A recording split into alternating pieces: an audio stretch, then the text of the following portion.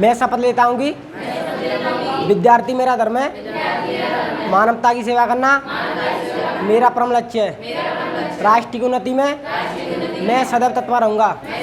अपने कर्तव्य मार्ग पर आगे बढ़ते हुए एक स्वच्छ, सुंदर तथा भ्रष्टाचार मुक्त मैं भारत का निर्माण करूँगा। जय हिंद। हाँ, नीतियों के बारे में पढ़ रहे थे। आज आर्थिक नीतियाँ पढ़ेंगे, अंग्रेजों की आर्थिक नीतियाँ और उसका प्रभाव जो है। तो आर्थिक नीति के बारे में आज पढ़ेंगे। आर्थिक नीति किस प्रकार थी। देखो, अंग्रेज जो थे, ये कहानी 1757 से शुरू होती है। कहाँ से? बंगाल से। बंगाल में 1757 की प्लासी के युद्ध के बाद में 1764 में बक्सर का युद्ध होता है, ठीक है। और बक्सर के युद्ध के बाद में जो इलाहाबाद की संधि होती है, उस संधि के तहत इनको दीवानी मिल जाती है। कहाँ की? बंगाल की। बंगाल, बिहार और उड़ीसा की क्या मिल जाती है? दीवानी मिल जाती है। दीवानी मतलब राजस्व का स्रोत इनको मिल जाता है। लेकिन यहाँ पर अभी क्लाइव था। क्या था? क्लाइव क्या था? यहाँ का गवर्नर था। क्लाइव यहाँ का गवर्नर था। और इसके बाद में वारेन हेस्टिंग्स आता है बंगाल का गवर्नर बन करके। कौन आता है? Warren Hastings. ये बंगाल का प्रथम गवर्नर जनरल भी है और आखिरी गवर्नर है। आखिरी गवर्नर। और उसके बाद में वारेन हेस्टिंग्स को ही बंगाल का क्या बनाया जाता है? Governor general. ठीक, ये हम लोग एक अलग से क्लास में पढ़ेंगे। गवर्नर पढ़ेंगे बंगाल के, फिर बंगाल के गवर्नर जनरल पढ़ेंगे, फिर इसके बाद में पूरे भारत के गवर्नर जनरल पढ़ेंगे, फिर वायसराय पढ़ेंगे। वायसराय गवर्नर जनरल को ही वायसराय भी कहा जाता था। 1857 के विद्रोह के बाद से 1858 से जब जो है एक नया एक्ट आया, तो उसके बाद से वायसराय कहा जाने लगा। तो अरे यार, तुम चाय पिलाने आ गए? चाय है ही नहीं इसमें जो है। वो तो हट जाएगा, कोई दिक्कत नहीं है। ये तो तुम्हारा प्यार है जो दे जा रहे हो, ये और अच्छी, इससे और क्या बात हो सकती है। कैमरा तो उस काट देंगे, कोई दिक्कत नहीं।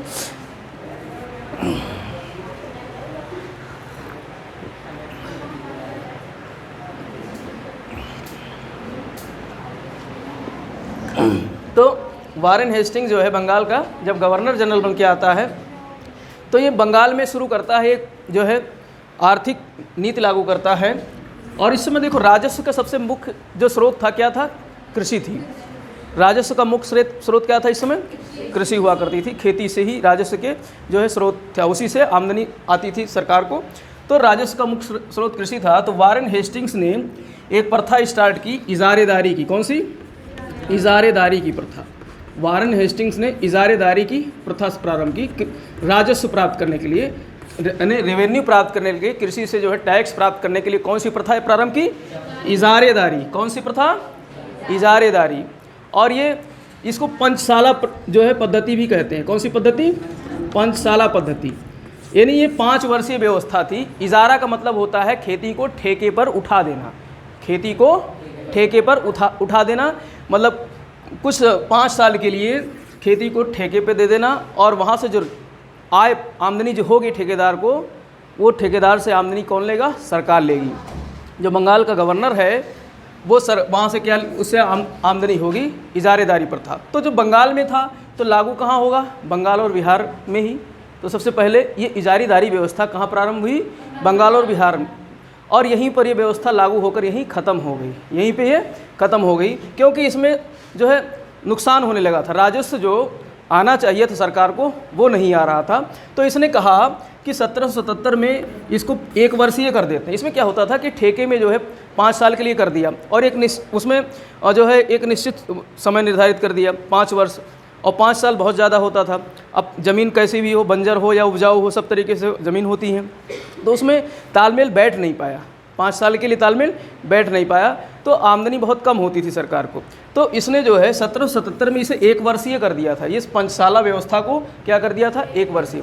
तो बस यहाँ से ज़्यादा कुछ प्रश्न नहीं आते हैं। यहाँ से सिर्फ 3-4 पॉइंट हैं जो याद रखने हैं आपको, कि इजारेदारी व्यवस्था किसने लागू की? वारेन हेस्टिंग्स ने। किसने लागू की?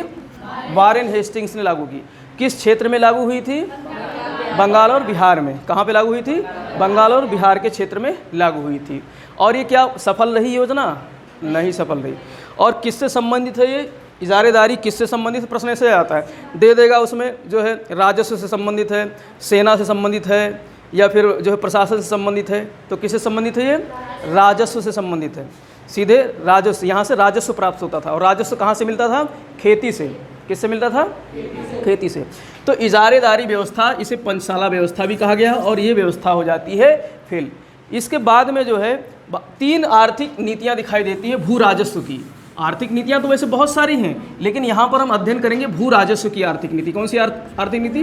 भू राजस्व की। भू राजस्व, भू मतलब जमीन, जमीन से प्राप्त होने वाली आमदनी राजस्व, भू राजस्व प्रथा कहलाती है। तो पहली जो भू राजस्व प्रथा प्रारंभ होती है उसको बोलते हैं स्थायी बंदोबस्त। कौन सी? स्थायी बंदोबस्त, ठीक है। और दूसरी जो व्यवस्था होती है इसको बोलते हैं रैयतवाड़ी। इसको क्या बोलते हैं? रैयतवाड़ी, रैयतवाड़ी। और तीसरी व्यवस्था होती है महालवाड़ी। कौन सी? महालवाड़ी। तो ये 3 व्यवस्थाएं आपको याद रखनी भू राजस्व से संबंधित। भू राजस्व से संबंधित कितनी व्यवस्थाएं हैं? 3 व्यवस्थाएं हैं। कौन कौन सी?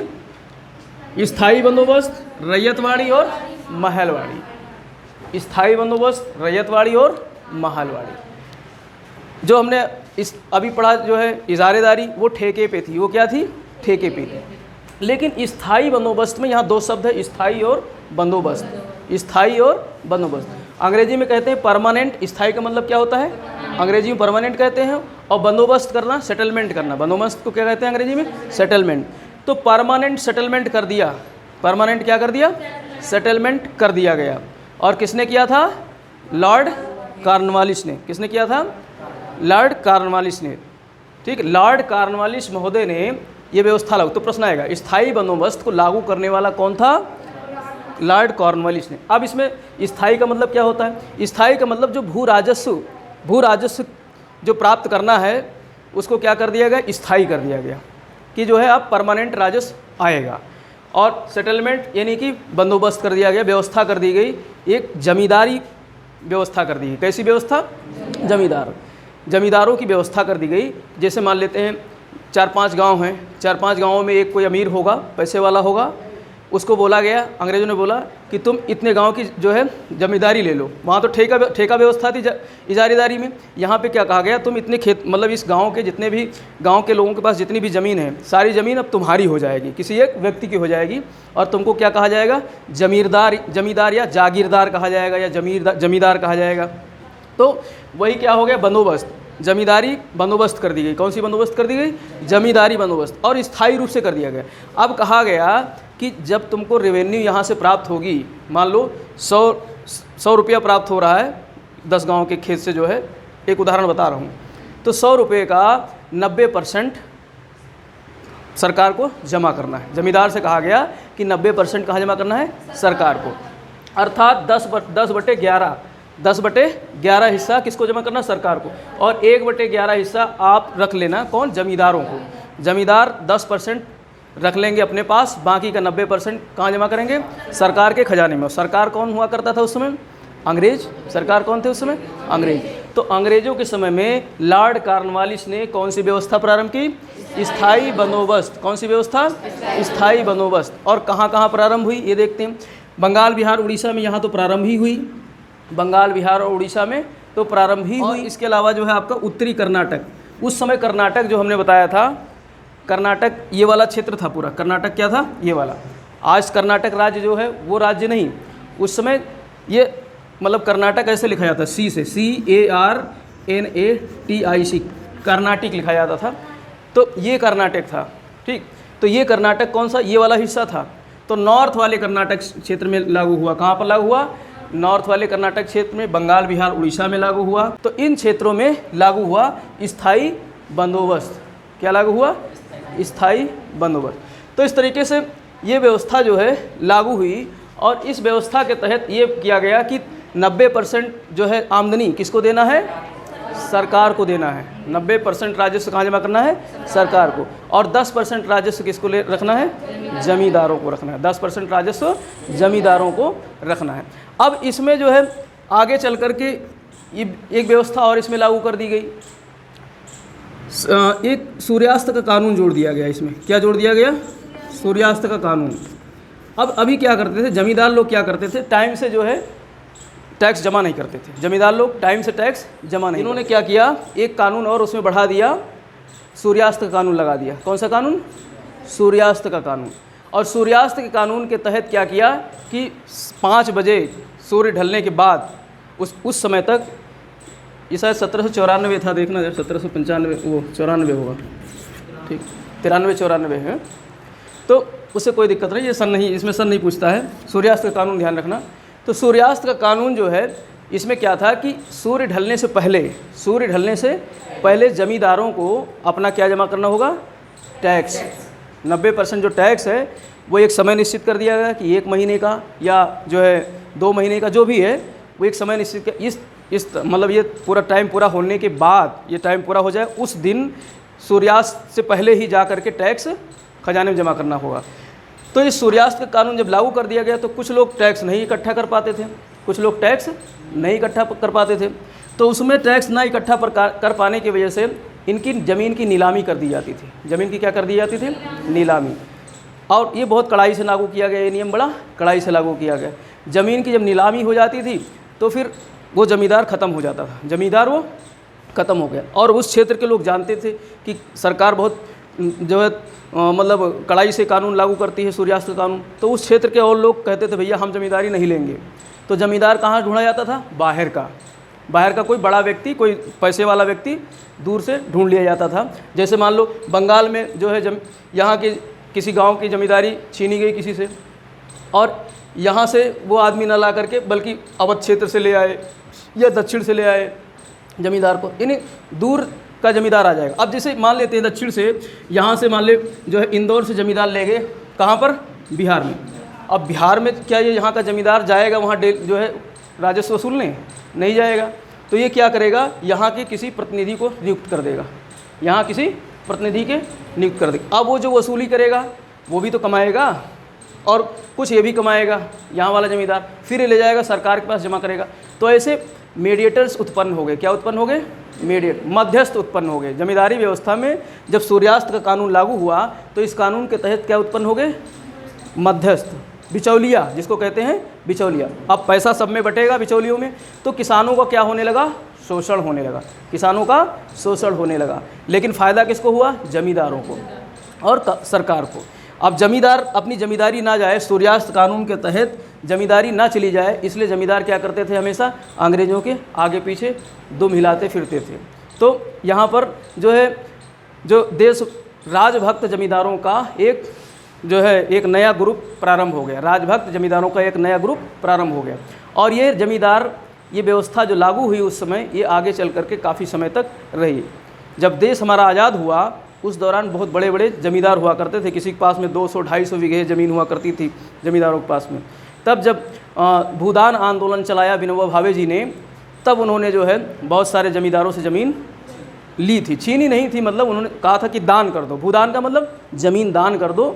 उनको मोटिवेट किया ज़मींदारों को कि तुम अब अंग्रेज़ चले गए हैं, ज़मीन दान कर दो, जिससे किसानों में जो भूमिहीन है किसान हैं उनमें वितरित कर दिया जाए और खेती बढ़िया से हो सके, जिससे देश तरक्की कर सके। तो ये व्यवस्था वहाँ लागू की गई, उसका प्रभाव आज तक दिखाई देता है। ज़मीन किसकी? ज़मीन देखो, ईश्वर ने सबको बराबर हक दिया है, ज़मीन दे दिया, लेकिन यहाँ आकर के हम सब मतलब उस पर सर्वाइवल ऑफ द फिटेस्ट के हिसाब से जो है सब अपना अपना क्या कर लेते हैं? कब्जा कर लेते हैं ज़मीनों पर। लेकिन है तो सबके लिए बराबर वो। भाई श्वास हम ले रहे हैं, ऐसा तो नहीं कि श्वास जो ऑक्सीजन हम ले रहे हैं उस पर तुमको 10% लेना है, तुमको 20% लेना है, तुम्हें 30% लेना है, किसी की है मतलब उसमें इस तरीके से बंटवारा, सब बराबर ले रहे हैं। तो ऐसे ही ये मतलब ऑक्सीजन भी तो प्राकृतिक चीज़ है, ऐसे ज़मीन भी प्राकृतिक है। लेकिन बस यहाँ पर क्या हो गया कि संपत्ति का बंटवारा होना शुरू हो गया कि इतनी संपत्ति हमारे पास है, इतनी संपत्ति तुम्हारे पास है। तो इस तरीके से खेल चलता जा रहा, और इस खेल को शुरू कर दिया अंग्रेज़ों ने, प्रारंभ कर दिया था। नहीं, पहले जो है जब हम लोग मध्यकाल में पढ़े हैं, वहाँ पर जो है खालसा भूमि होती थी। खालसा मतलब सरकारी ज़मीन हुआ करती थी, और सरकारी ज़मीन पर जो है जो राजा होता था वो खेती करवाता था। मतलब उसको भूमि को कई कैटेगरी में बांटा गया था। उपजाऊ भूमि पर अलग से टैक्स मतलब अलग टैक्स की व्यवस्था थी, उस कम उपजाऊ पे अलग टैक्स की व्यवस्था थी। तो ये सारी व्यवस्था थी। तो अंग्रेज़ों ने एक नई व्यवस्था प्रारंभ कर दी, कौन सी? जमींदारी व्यवस्था।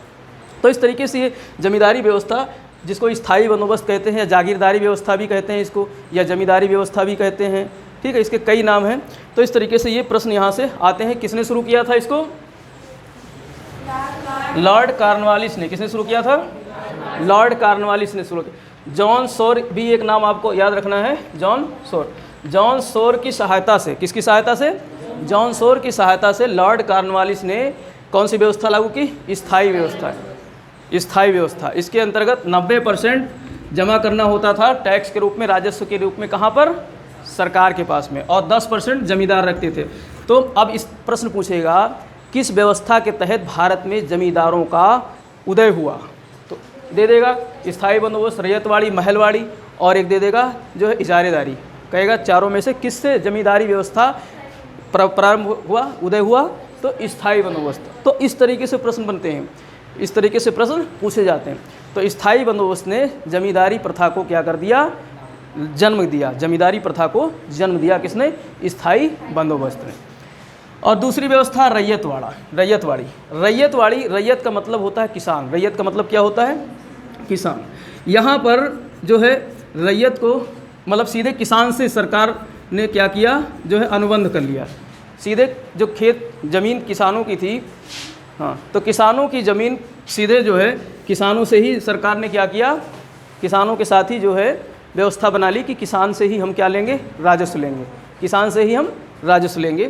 तो किसान से जब राजस्व लेंगे तो बीच में बिचौलिया क्या हो जाएंगे? ख़त्म हो जाएंगे। ये व्यवस्था जो थी स्थायी बंदोबस्त लगभग 19% क्षेत्र पर लागू थी, और ये व्यवस्था जो थी ये लगभग 51% क्षेत्र पर लागू थी। यहाँ से प्रश्न बनता है कि सबसे अधिक जो है भू राजस्व की कौन सी व्यवस्था सबसे अधिक क्षेत्रफल पर लागू थी? तो कौन सी? रैयतवाड़ी। 51% अपने आप में ही तीनों में सबसे ज़्यादा हो गया ना। 50% से अधिक तो अपने आप में ही ज़्यादा हो गया, और ये 19% हो गया। बाकी जो बचेगा वो कहाँ आ जाएगा? महलवाड़ी में। तो प्रश्न यहाँ से बनेगा कि अब ये पूरे भारत में नहीं लागू थी। कहाँ लागू थी? जहाँ पर ब्रिटिश का क्षेत्र था, ब्रिटिश राज्य जो था वहाँ पर लागू थी। अब ये लागू कहाँ कहाँ थी? जो ये वाली व्यवस्था थी रैयतवाड़ी, तो रैयतवाड़ी व्यवस्था एक तो रीड महोदय थे, ठीक है, रीड महोदय ने लागू की, रीड महोदय ने लागू की। इसके अलावा एल्फिंस्टन महोदय ने लागू की, और जो है 3 लोगों का इसमें नाम आता है। किसका किसका? रीड का, मैकेंजी का और एल्फिंस्टन का। मैकेंजी ने मद्रास में लागू की। कहाँ पर लागू की? मद्रास में। एल्फिंस्टन ने लागू की मुंबई में। एल्फिंस्टन ने कहाँ लागू की? मुंबई में।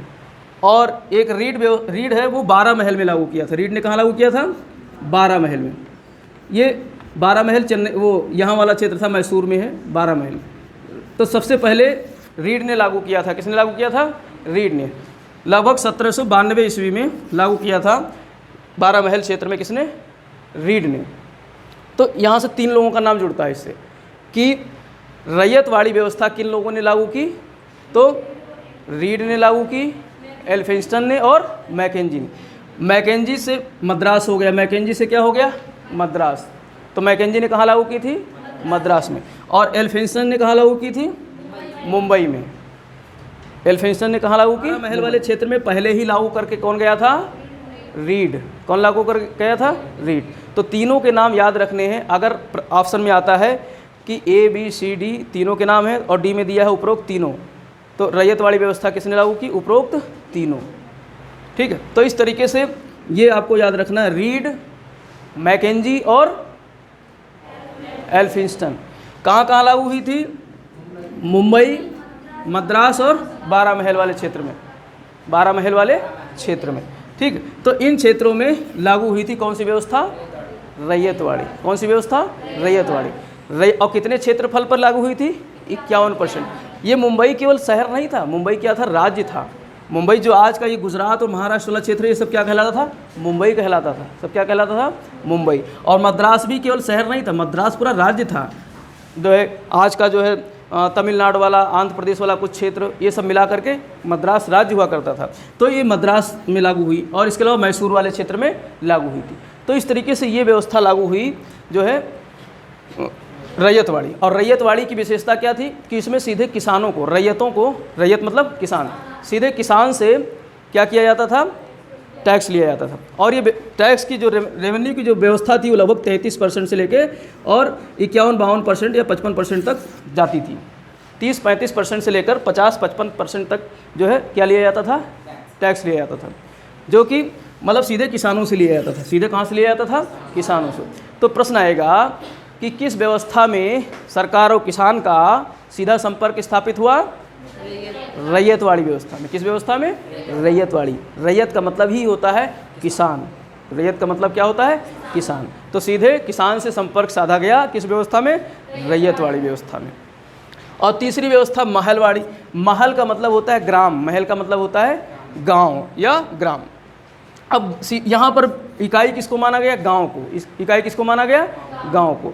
गांव को एक इकाई मानते हुए राजस्व इकट्ठा किया गया कहाँ से, गाँव से। अब गाँव में तो बहुत सारे लोग होते हैं, तो बहुत सारे लोगों से तो सरकार टैक्स लेने नहीं जाएगी। तो गांव में एक जो है प्रधान होता है, मुखिया होता है, लंबरदार होता है, इसको लंबरदार भी बोल सकते हैं ना, मुखिया बोल सकते हैं। तो गांव के लंबरदार से, मुखिया से, या फिर जो है आपका मतलब सरपंच, कुछ भी कह सकते हो, तो इन लोगों से इकट्ठा किया जाता था क्या, राजस्व। क्या इकट्ठा किया जाता था, राजस्व। 19% हो गया, 51% हो गया, 70% हो गया ना टोटल। अब बचा कितना, 30%। तो 30% व्यवस्था कहाँ लागू थी, महलवाड़ी के अंतर्गत। 30% कहाँ लागू थी, महलवाड़ी में। अब महलवाड़ी कहाँ लागू थी, जहाँ हम हैं आज, जहाँ हम रह रहे हैं यहाँ लागू थी। ध्यान रखना, उत्तर प्रदेश में कौन सी व्यवस्था लागू थी, महलवाड़ी। उत्तर प्रदेश में कौन सी व्यवस्था लागू थी, महलवाड़ी। आगरा और अवध वाला क्षेत्र, आगरा और अवध वाला क्षेत्र जो है, यहाँ पर क्या लागू थी, महलवाड़ी व्यवस्था। क्या लागू थी, महलवाड़ी व्यवस्था। और इसके अलावा जो है ये लागू थी आपका पंजाब वाले क्षेत्र में, ये लागू थी पंजाब वाले क्षेत्र में, महलवाड़ी व्यवस्था पंजाब वाले क्षेत्र में। दक्षिण भारत में लागू थी, और कहाँ लागू थी, दक्षिण भारत में। कहाँ लागू थी, दक्षिण भारत में। और इसके अलावा मध्य प्रांत में लागू थी, और कहाँ लागू थी, मध्य प्रांत में, अर्थात मध्य प्रदेश जिसको आज कहते हैं, वो क्या था, मध्य प्रांत था। तो इस तरीके से पंजाब वाला क्षेत्र हो गया, उत्तर प्रदेश वाला क्षेत्र हो गया, मध्य प्रांत वाला क्षेत्र हो गया, दक्षिण भारत वाला क्षेत्र हो गया। इन क्षेत्रों में कौन सी व्यवस्था लागू थी, महलवाड़ी व्यवस्था। कौन सी व्यवस्था, महलवाड़ी व्यवस्था। और इस व्यवस्था को, इसमें किसको माना गया इकाई, गांव को माना गया। किसे माना गया, गांव को सीधे एक इकाई माना गया। गांव को एक इकाई मानते हुए इस व्यवस्था को लागू किया गया, महलवाड़ी व्यवस्था को। और कितना % क्षेत्रफल पे, 30% क्षेत्रफल पर लागू था। तो यहाँ पर अगर चारों ले लेते हैं, इजारेदारी को भी ले लेते हैं, तो सबसे कम क्षेत्रफल पे कौन सा लागू था, इजारेदारी। सबसे कम पर कौन लागू था, इजारे। केवल वो बंगाल बिहार में लागू था, इजारेदारी लागू थी। उसके बाद में रैयतवाड़ी दूसरे नंबर पे, तीसरे नंबर पे महलवाड़ी, और सबसे ज़्यादा कौन से लागू, वो सबसे ज़्यादा रैयतवाड़ी, सबसे ज़्यादा रैयतवाड़ी। फिर उसके बाद में जो है मतलब ऐसे अगर सीरियस चलोगे, इजारेदारी पहले हो जाएगा, फिर हो जाएगा आपका स्थायी बंदोबस्त, फिर महलवाड़ी, फिर रैयतवाड़ी, बढ़ते क्रम में अगर जाओगे तो। ठीक, तो सबसे, लेकिन उसे इजारेदारी व्यवस्था को एक स्थायी व्यवस्था नहीं मानी जाती। भू राजस्व की व्यवस्था में 3 ही व्यवस्था हम लोग पढ़ते हैं, देखते हैं। 3 ही व्यवस्था पढ़ी जाती है। इसमें कौन कौन सी, स्थायी बंदोबस्त, रैयतवाड़ी और महलवाड़ी। तो ये 3 ही व्यवस्था देखी जाती है। इन तीनों व्यवस्थाओं में से जो प्रश्न आते हैं आपके टिक मार्क वाले, वो यही आते हैं कि किन किन क्षेत्रों में लागू थी, कितने % भूमि पर लागू थी, और कहाँ कहाँ लागू थी। जो इसमें व्यवस्था थी महलवाड़ी में, ये इसमें राजस्व लगभग लिया जाता था 30-33% तक लिया जाता था, 30 से 33% तक लिया जाता था, और क्षेत्रफल भी 30% के आसपास ही था। ठीक, तो स्थायी बंदोबस्त एक बार दोहरा लो, किसने लागू की, लॉर्ड कॉर्नवालिस ने, जॉन शोर की सहायता से। किसकी सहायता से, जॉन शोर की सहायता थे। और रैयतवाड़ी किसने लागू की थी, हाँ, रीड एल्फिंस्टन। वाली किसने लागू की थी, हाल्ट मैकेंजी। तो महलवाड़ी लागू की थी हाल्ट मैकेंजी ने, हाल्ट मैकेंजी। महलवाड़ी व्यवस्था लागू की थी हाल्ट मैकेंजी। तो यहाँ से प्रश्न आते हैं, और कितने % पे लागू हुआ था ये, 30%। रैयतवाड़ी 51%, स्थायी बंदोबस्त 19%। तो इस तरीके से यहाँ से ये प्रश्न आते हैं। ये है आपकी आर्थिक व्यवस्था, आर्थिक नीतियाँ। और इसका प्रभाव क्या पड़ा, आपने देख लिया कि जमींदार, स्थायी बंदोबस्त ने किसको जन्म दिया, जमींदारों को। स्थायी बंदोबस्त ने जमींदारों को जन्म दिया। और इसी में सूर्यास्त कानून किससे संबंधित है, स्थायी बंदोबस्त। सूर्यास्त कानून किससे संबंधित है, स्थायी बंदोबस्त। और स्थायी बंदोबस्त के लागू हो जाने से, वो सूर्यास्त कानून लागू हो जाने के कारण जमींदारी छीन ली जाती थी। सूर्य छिपने से पहले अगर जमींदार जो है टैक्स नहीं जमा करते थे, तो उनसे जमींदारी छीन ली जाती थी। और जमींदारी छीनने के क्रम में क्या होता था कि नए जमींदार बना दिए जाते थे। और नए जमींदार दूर के होते थे, तो इस वजह से बिचौलियों का क्या हो गया, जन्म हो गया। और बिचौलियों का जन्म हुआ तो किसानों का और ज़्यादा शोषण बढ़ने लगा, किसानों का और ज़्यादा शोषण बढ़ा।